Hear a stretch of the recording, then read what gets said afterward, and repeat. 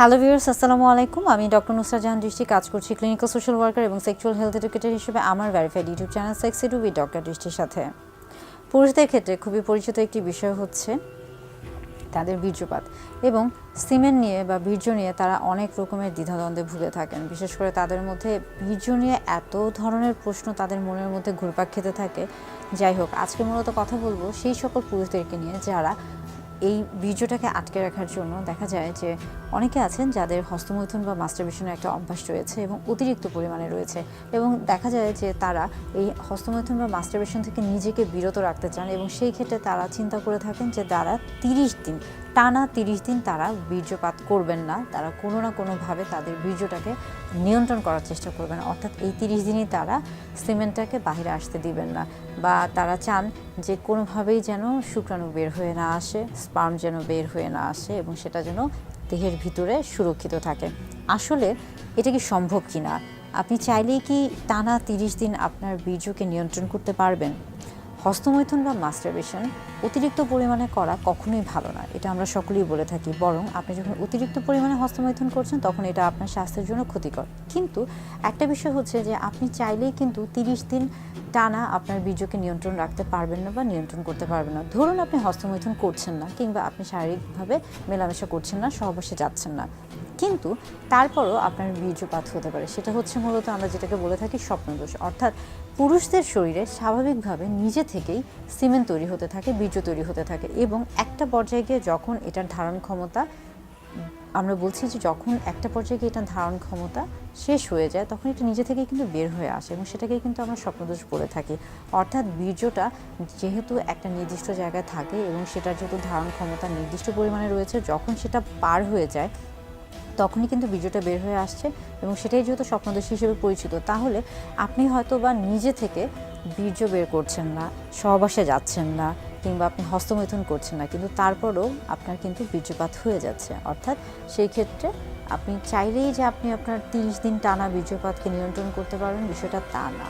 আবার আরেকটা জিনিস হচ্ছে যে যারা অতিরিক্ত হস্তমৈথুনে অভ্যস্ত বা মাস্টারবেশনে অভ্যস্ত, তাদের ক্ষেত্রে বলা হয়ে থাকে যে কখনো এভাবে চিন্তা করবেন না যে আজকে থেকে, ধরুন জানুয়ারির 1 তারিখ থেকে আপনি একেবারে হস্তমৈথুন করবেন না। এইভাবে যখন আপনি চিন্তা করবেন, এটা একদিক থেকে ভালো, আপনার মনোবল অনেক ভালো, মানসিক শক্তি ভালো, আপনি অনেক বেশি দৃঢ় মনোবলের অধিকারী, এই জন্য আপনি এইভাবে চিন্তা করতে পারছেন। কিন্তু আপনি বাস্তবিক অর্থে যখন চিন্তা করবেন তখন আপনাকে অবশ্যই ধরে নিতে হবে যে আপনি যখন এভাবে চিন্তা করবেন যে আপনি একটা বিষয়ে অভ্যস্ত, কিন্তু হঠাৎ করে আপনি সেই জিনিসটা যদি না করে থাকেন, তখন যেটা হবে, একেবারে যখন বন্ধ করে দেবেন তখন সেখানে একটা উইথড্রল সিনড্রোম দেখা যাবে। অর্থাৎ দেখা যাবে যে ধরুন দেখা যাবে যে আপনার হয়তো বা কোনো কিছু ভালো লাগছে না, অনেক রাগ লাগছে, বিরক্ত লাগছে, অস্বস্তি লাগছে, আপনি কোনো কাজে মন দিতে পারছেন না, কি জানি একটা নাই নাই মনে হচ্ছে, বা এরকম বেশ কিছু ধরনের সমস্যা দেখা দিবে, যেটাকে আমরা উইথড্রল সিমটম বলে থাকি।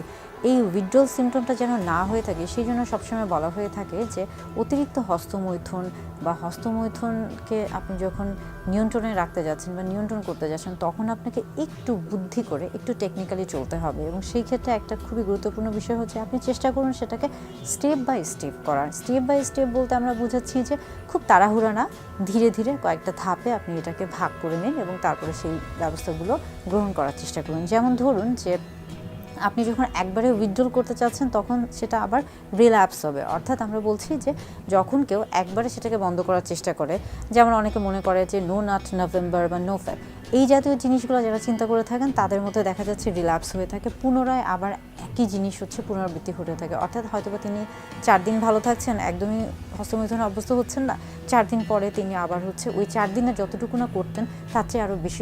সহবাসের ক্ষেত্রে পুরুষদের মাঝে অনেক সময় একটা বিষয় নিয়ে পুরুষরা অনেক বেশি বিচলিত থাকেন, এবং সেই বিষয়টা হলো মূলত দ্বিতীয়বার সহবাসের ক্ষেত্রে কেন লিঙ্গ উত্থান হয় না, বা কেন দেরি করে লিঙ্গ উত্থান হয়, কিংবা সেই সময় কেন বীর্যের পরিমাণ পাতলা হয়ে থাকে বা কম হয়ে থাকে। এই বিষয়টা নিয়ে অনেক পুরুষ বা বেশিরভাগ পুরুষই বিচলিত থাকেন, এবং অনেক সময় তারা অনেক বেশি দুশ্চিন্তাগ্রস্ত হয়ে থাকেন। কিন্তু এই বিষয়টি অনেক ক্ষেত্রে খুবই স্বাভাবিক একটি বিষয়, অথচ তারপরও শুধুমাত্র না জানার কারণে বা অজানা থাকার কারণে অনেকে এটা নিয়ে অনেক বেশি বিচলিত হয়ে পড়েন এবং একটা পর্যায়ে দেখা যায় যে নিজে থেকে তিনি দুশ্চিন্তায় ভোগেন এবং আস্তে আস্তে এটা তার শরীরে একটা অন্যরকম নেতিবাচক প্রভাব ফেলে। তাই আজকে মূলত কথা বলবো দুইবার সহবাসের মাঝখানে বা মধ্যবর্তী যে সময় রয়েছে, অর্থাৎ যেটাকে আমরা বলে থাকি রিফ্র্যাক্টরি পিরিয়ড, যেটা কিনা পুনরুদ্ধারের যে সময়টা, সেই সময়টা নিয়ে।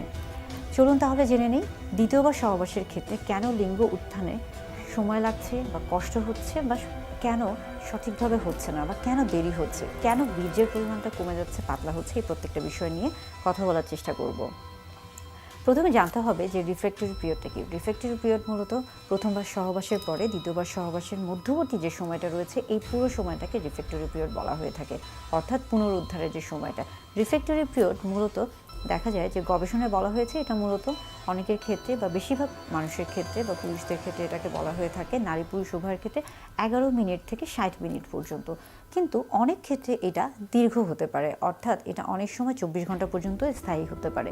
কিন্তু যে সকল পুরুষদের ক্ষেত্রে প্রিম্যাচুর ইজাকুলেশন বা দ্রুত বীর্যপাতজনিত সমস্যা রয়েছে, তাদের ক্ষেত্রে এটা 5 ঘন্টা থেকে 48 ঘন্টা পর্যন্ত হয়ে থাকে, অর্থাৎ রিফ্র্যাক্টরি পিরিয়ডটা ক্ষেত্র বিশেষে পরিবর্তন হতে পারে। রিফ্র্যাক্টরি পিরিয়ডটা মূলত আমরা বলে থাকি যে এটা যারা ইয়াং বা যাদের বয়স কম, তাদের ক্ষেত্রে এই পিরিয়ডটা বা এই সময়টা কম হয়ে থাকে এবং বয়স বাড়ার সাথে সাথে এটা বাড়তে থাকে, অর্থাৎ যারা নবীন তাদের ক্ষেত্রে রিফ্র্যাক্টরি পিরিয়ডটা কম হয়ে থাকে এবং তাদের ক্ষেত্রে পরপর দুইবার সহবাসের মধ্যবর্তী যে সময়টা থাকে এটা অল্প হয়ে থাকে এবং সেই ক্ষেত্রে তাদের লিঙ্গ উত্থানের সমস্যাটা কম দেখা দেয়। কিন্তু যাদের বয়স বেশি বা প্রবীণ, তাদের ক্ষেত্রে দেখা যায় রিফ্র্যাক্টরি পিরিয়ডটা লম্বা হয়ে থাকে এবং সেই ক্ষেত্রে তাদের লিঙ্গ উত্থানজনিত যে বিষয়টা রয়েছে, সেই ক্ষেত্রে একবার সহবাসের পরে দ্বিতীয়বার যখন কেউ সহবাসে যাচ্ছে বা একাধিকবার যখন কেউ সহবাসে যাচ্ছে, তখন খুব সহজে তার লিঙ্গ উত্থান হচ্ছে না বা সেই ক্ষেত্রে সময় লাগছে। আবার অনেক সময় এই ক্ষেত্রে কিন্তু যে সিমেন্টটা তৈরি হচ্ছে সেটা, অর্থাৎ যে বীর্যটা তৈরি হচ্ছে সেটার পরিমাণটা কম হতে পারে, পাতলা হতে পারে। এটা খুবই স্বাভাবিক একটি বিষয়, এটা নিয়ে ঘাবড়ানোর কিছু নেই, এটা নিয়ে ভয় পাওয়ার কিছু নেই বা এটা নিয়ে বিচলিত হওয়ার কিছু নেই। তবে একটা বিষয় খেয়াল রাখতে হবে যে কোন কোন বিষয়গুলোকে খেয়াল রাখলে এই রিফ্র্যাক্টরি পিরিয়ডটাকে কমানো সম্ভব, অর্থাৎ যদিও বয়সের সাথে সাথে এটা বাড়তে থাকে এবং যদিও এটা খুবই স্বাভাবিক একটি বিষয়, কিন্তু তারপরও বিশেষ কিছু বিষয়কে যদি আমরা গুরুত্ব দিয়ে থাকি তাহলে একজন মানুষের রিফ্র্যাক্টরি পিরিয়ডটা কমে যেতে পারে এবং সেই ক্ষেত্রে খুব সহজেই এই যে তিনি যে সমস্যায় ভুগছেন, যে একবার সহবাসের পরে পরবর্তীতে যখন তিনি সহবাসে যাচ্ছেন তখন সহজে তার লিঙ্গ উত্থান হচ্ছে না বা একেবারেই হচ্ছে না, সেই সমস্যাটা খুব সহজেই প্রতিরোধ করা সম্ভব। এই ক্ষেত্রে সবচেয়ে ভালো বিষয় হলো যে আপনাকে অবশ্যই আমরা বলে থাকি যে লাইফস্টাইল মডিফিকেশন, অর্থাৎ আপনাকে স্বাস্থ্যকর জীবনযাপন মেনে চলতে হবে, সুষম খাদ্য গ্রহণ করতে হবে, পর্যাপ্ত পরিমাণে পানি পান করতে হবে, সঠিক নিয়মে ঘুমাতে হবে, দুশ্চিন্তামুক্ত থাকতে হবে এবং খাদ্য নির্বাচনের ক্ষেত্রে অবশ্যই তাজা ফল, শাকসবজি, রঙিন শাকসবজি, ফলমূল, এই বিষয়গুলোকে প্রাধান্য দিতে হবে। অর্থাৎ রিফ্র্যাক্টরি পিরিয়ডকে আমরা চাইলেই কিন্তু এটাকে কমিয়ে আনতে পারি, সেই ক্ষেত্রে আমাদেরকে সচেতন হতে হবে, তাহলেই রিফ্র্যাক্টরি পিরিয়ডটা কম হবে এবং সেই ক্ষেত্রে এই যে একটা দুশ্চিন্তা বা এই যে একটা অস্বস্তিকর অবস্থা, এই অস্বস্তিকর অবস্থার মধ্যে কেউ পড়বে না।